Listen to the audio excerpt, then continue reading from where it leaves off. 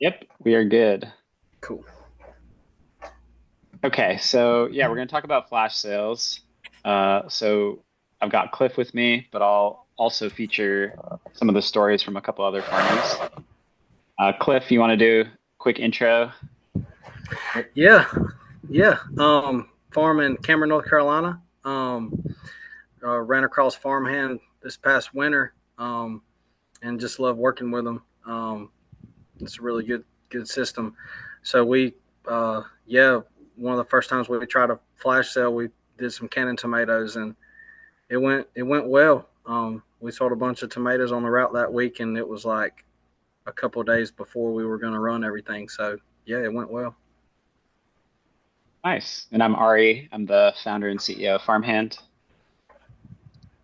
So yeah, let's get into the interesting stuff. So for Cool. some context, we've run quite a few of these at this point. So we've been able to observe and kind of see what are the sales that have worked, what are the sales that have not worked, and done some analysis overall. And so I think one thing that's important to establish whenever you're trying to move any product, quickly. I'm going to mute you for a sec, Cliff, and then I'll unmute you when you want to talk. There's some wind in the background.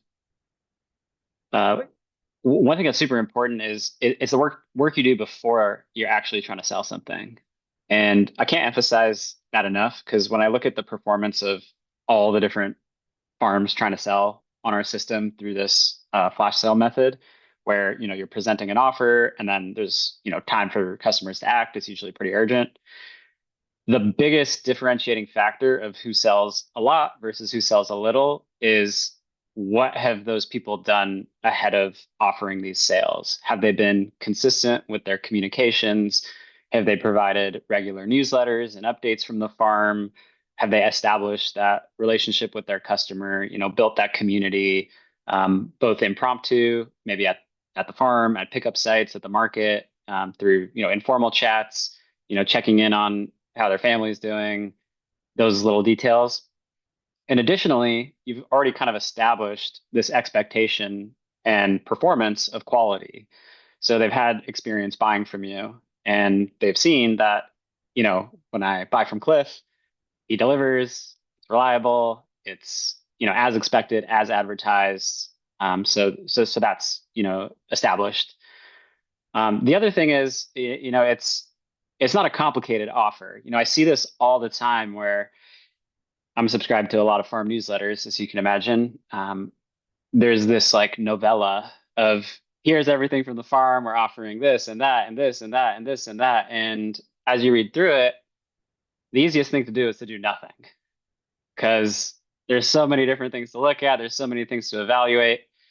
So this idea of a single focused offer that's super, super simple use case just makes it easier for someone to say yes versus go on all of these potential detours, left turn here, right turn there. So what I really love is, I think a simple example to me is I've seen people sell bulk berries. And when you're selling bulk berries, I think as a customer of berries, like everybody loves berries, let's be real. Uh, an easy reaction would be like they're highly perishable, right? They're really sensitive. You buy them and like they're not going to last that long. So the idea of buying a case or half case, might seem like a lot. But as soon as you say, oh, like this is peak of the season berries, this is like the only time to ever get them at this taste, at this quality, and you can freeze it and use it in smoothies all year long, again, that mental association shifts. So now you're not just pushing a product, but you're pushing the product and the use case and just helping customers make that connection.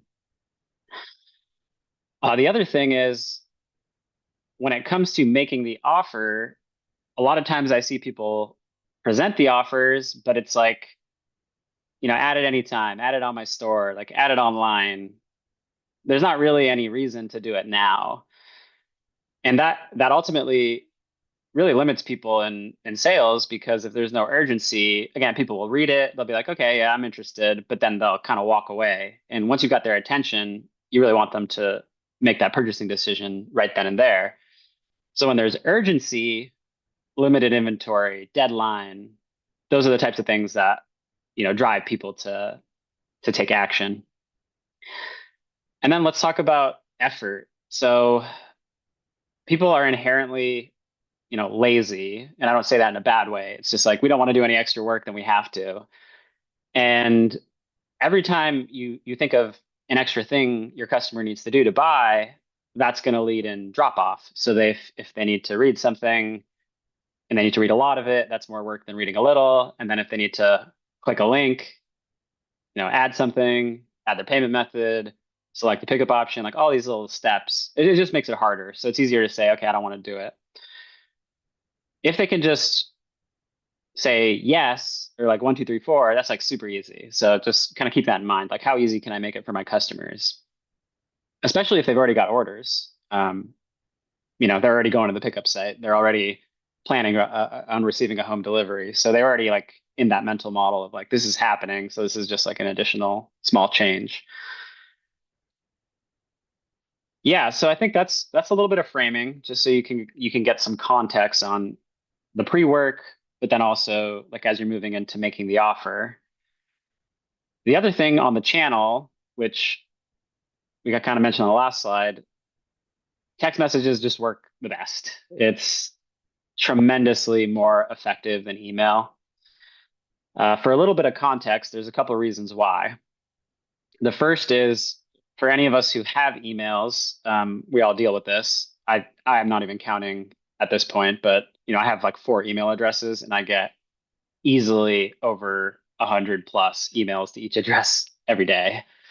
It's just there's so much stuff going through it, and it's difficult to keep up.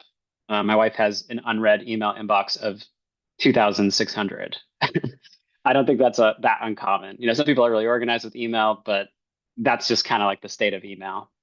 And you got all these super aggressive, spam filters and this or that people are on like work devices, things get filtered out. In contrast, text messaging is protected in the form that technically you are not allowed to market to someone by text messaging unless they have opted in to receive it, which is something that we collect from customers on Farmhand when they sign up, and you can also do the same if you're not using Farmhand, just by having them agree to receiving text messages. But once that's in place, that gives you permission to send text messages to them. And when you send text messages, they're received. It pretty much just works. When people get text messages, they read them, they open them. The most recent stats I could find was it's always 90% plus, but 98% is kind of what I was seeing. That's like 5 times better than email. So using text message as a channel is really, really effective, especially for offers that are time sensitive. When there's only a certain amount of time to act, waiting for people to open up their emails, the response rate on emails just lag. Like even if you've ever sent an email and you've kind of watched your analytics, the opens start to come, but it takes a while until you kind of reach your steady state where you've gotten to however many people are going to open that email. With SMS, pretty much happens pretty close to right away. That curve is super, super fast. The other interesting thing is we actually talked to a lot of members. We did a research study, and we won't go into details on this because that's for probably like a separate session, on add-on buying behavior. And really what we wanted to understand was, what are you trying to buy?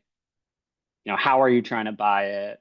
How do you want to hear about it? What's important to you when it comes to buying additional items from the farm when you're already buying, your base CSA box.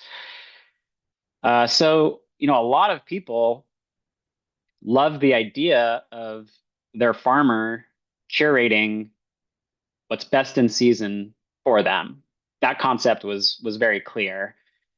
And people love the idea that, well, if I'm already receiving a delivery and there's not a lot of work for me to like add this extra item, if you just tell me about it and it's a great deal and I'm getting like first access, that sounds awesome. And so what I would say is there's like a class of add-ons that are more for, call it like recurring orders. So people, they like receiving their eggs with their box, they like receiving their bread with their box. Those are the types of things you kind of set at one time, forget it, they keep receiving it on their order schedule.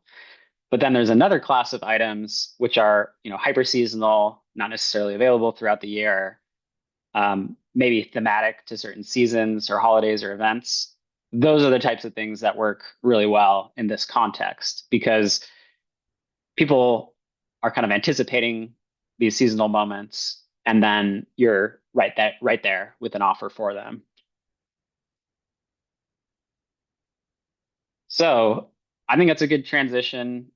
Cliff, maybe we can start and talk about the sale you ran, and then I can chat a bit about Carolyn's and Pat and Diane's as another point of contrast. So,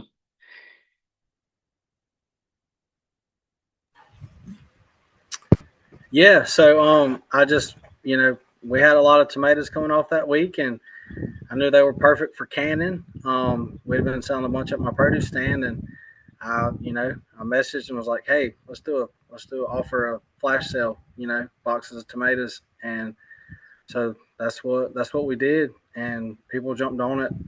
We sold a good bit, and yeah, 24 hours before. I couldn't quite remember how soon it was, but I remember it was a quick turnaround, and yeah, it went well. And honestly, I should have probably already done several different flash sales since then, and I just haven't thought of it. But it worked well, so I should probably do it like weekly or every other week or something different, because it worked well, and it added to the route that day. It added to the sales. Um, so yeah, it was good. and at first, I want to chat about like the frequency because I actually don't think you should do it too often because people will Mm-hmm. get like a little bit fatigued. It's not Yeah. something you want to like hit people on like weekly, weekly, weekly. I think seasonally is good. Monthly can work, but once you're in like the weekly, I mean, people are going to get fatigued of getting Yeah. that many offers. But specific to your tomatoes, so what was, I guess, what context do you think your customers had on those tomatoes before you made the offer? Like, had most of them received it in the CSA box? Had they, um, purchased in prior years before you made the offer? Yeah, I mean, we had been putting them in the boxes for a good bit up leading up to that, so everybody kind of already had some of them, and so I guess they knew that, oh man, them would be good canning tomatoes, so they just jumped right on them. Yeah, so we had already been, yeah, we've been putting them in the boxes. I don't exactly remember how long, but probably a month leading up to that, and then we had like a really good harvest that week, so um, it just worked out, and yeah, they hopped on it. And did you kind of already know members were canning, or is that something you had heard from them? No, I just from my store, that was around the time a lot of people were up there asking like, They "Hey, you were got asked. canned tomatoes?" and messaging and stuff, and I was like, "That's right, this is a good time people want to can tomatoes." So I was like, "Let's just link that together and sell some in bulk on the CSA thing too." So yeah, Nice. Yeah, so the mechanics of Carolyn's and Pat and Diane's sale were very similar. Um, let's talk about Carolyn's. So just like Cliff had explained, I think it's super important that the customer has experienced this product before you're like offering it for sale for the first time, or if they haven't experienced it, they've at least heard about it. You've talked about some things, for instance, take longer, or they're the first time you're growing it. So you've at least talked about it. You talked about the process, what you've gone through, like why you're excited, family tradition, whatever it may be that, led you to, produce this item. But with the strawberries, like I've had Carolyn strawberries, they're incredible. They're very memorable because when you have them, they're just super sweet, like, perfectly ripe. And yeah, you just like want more of them. And so when you're kind of at like the end of the season, it's like last big good harvest. It's just a super good opportunity to push that product out, and that's kind of what Carolyn did. And she sold, gosh, I think it was like 70, 80 pints, but there was demand for probably like, not exaggerating, like 240.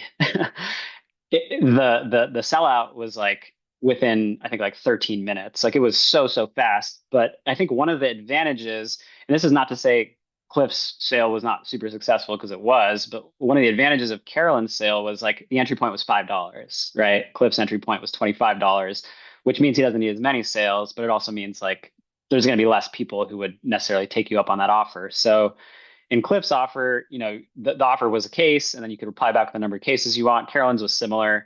A text message offer went out, number of baskets you want, reply back one, two, or three. And then people were replying back, one, two, or three. And yeah, I mean, it was like literally like 25 to 50% of the member base wanted to add extra strawberries. Like it was that level of interest. And so I think that worked really well because like super, super popular fruit, well known amongst the customer base, low entry price point, urgency to act. And then Pat and Diane. So one thing that I think is really interesting in terms of what they did was they actually did it as kind of like an omni-channel. So not just text, but also email. And one of the big advantages of email when you're trying to present a product is you can go into a lot more detail.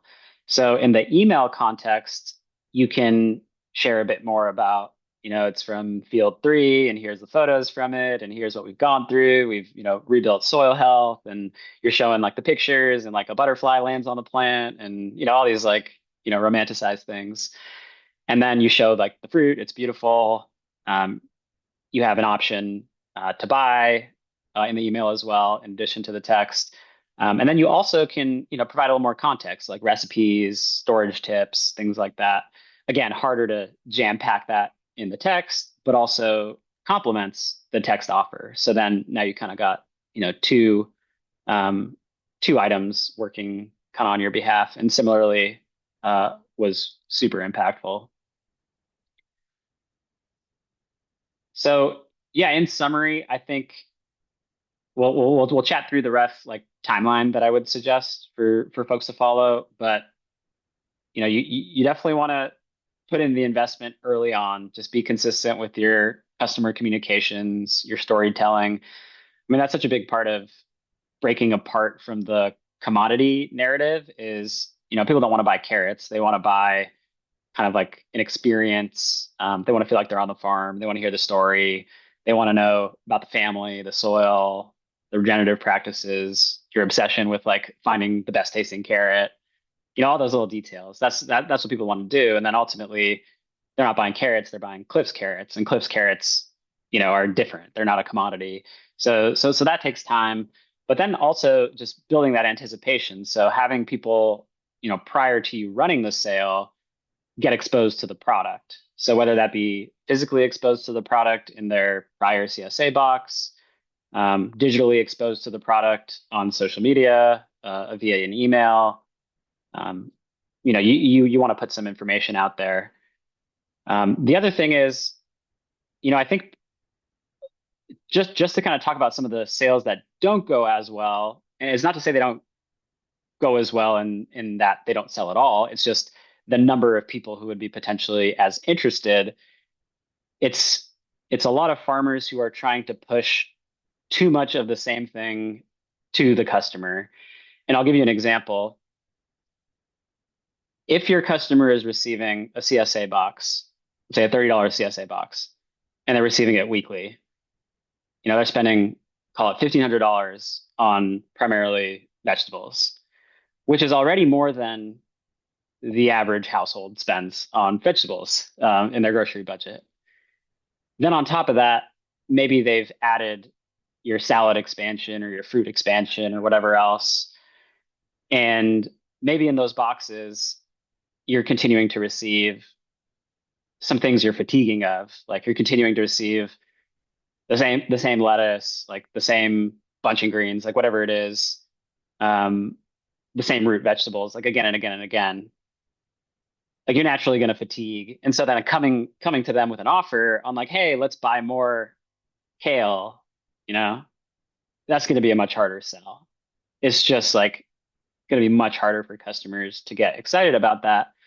Whereas when you're talking the tomatoes, the berries, the sweet corn, the more like emotionally evocative, seasonal high points, those are going to be much better candidates and people are going to get excited about them. Or the concepts that bring together a seasonal event like a Fourth of July, uh, a Halloween, a Thanksgiving, kind of bundled together. That's going to make a lot of sense. And then personal offer.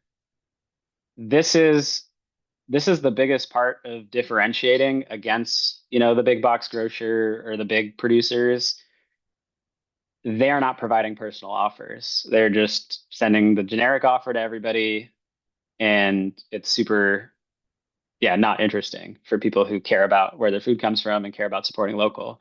So you have to have that personal touch where, hey, it's Farmer Cliff, like here's what I'm offering you and why. So I think that's super critical.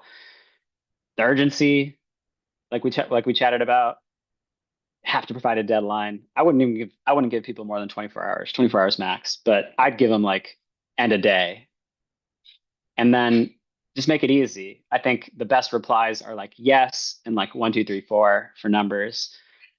Super easy. People know how to write that. Let's not make it complicated for them to write in their full order or like go online and have to, shop. And then if you have, CSA subscriptions, which I expect most people do, and have CSA members, like just keep making it all about like member benefits. Like just keep reiterating the member benefits. Like making this to you are, this offers to you guys first, CSA member only, CSA member price, it's already discounted, or you get this bulk price benefit. You get first access. Like just keep making that an emphasis point. Yeah, so this is kind of a visualization of, what that timeline would look like. Week one, talk about it in the newsletter, post something on social, maybe include the item in your box. Set it up in the system, have it priced, have it quantityed, inventoried, so you know what you have. If there's a member discount, set a member discount, and then send. Doesn't have to be the day before pickup, can just be kind of the week of pickup. In close proximity, but not too close where like you're risking your fulfillment process getting all jacked up. So I'd say, very close to your order deadline, or kind of the moment at which you're going to print and pack, just so that process doesn't get messed up. Like the worst thing you could do is introduce like a change that then all of a sudden blows up like your main process. So just keep it within the constraints of your normal, pick pack process. And then, yeah, just kind of follow up. Like it's cool. Like if members send you stuff, which a lot of times they'll do, hey, I made this with this, repost it, reshare it, just reiterate this was awesome. Oh, if you missed the sale, there'll be more. Don't worry. Like, keep your eyes open.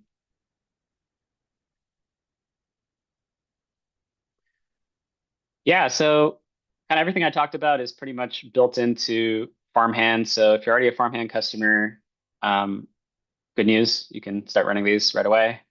Just, text, email Farmhand with the flash sale you want to run, or if you have questions about it. And yeah, if you're not yet using Farmhand, happy to chat more about how you can run flash sales, and then also, chat more about the overall platform and assistant model that we provide. But yeah, I'll pause there, see if there's any questions from anyone in the audience. But yeah, you can get more info at farmhand.partners/demo. And then we also have a downloadable on the flash sales that you can use as well.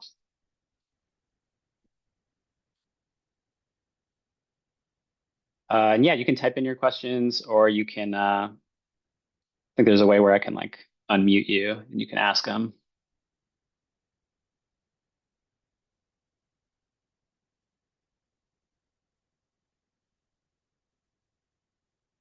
I'll put clip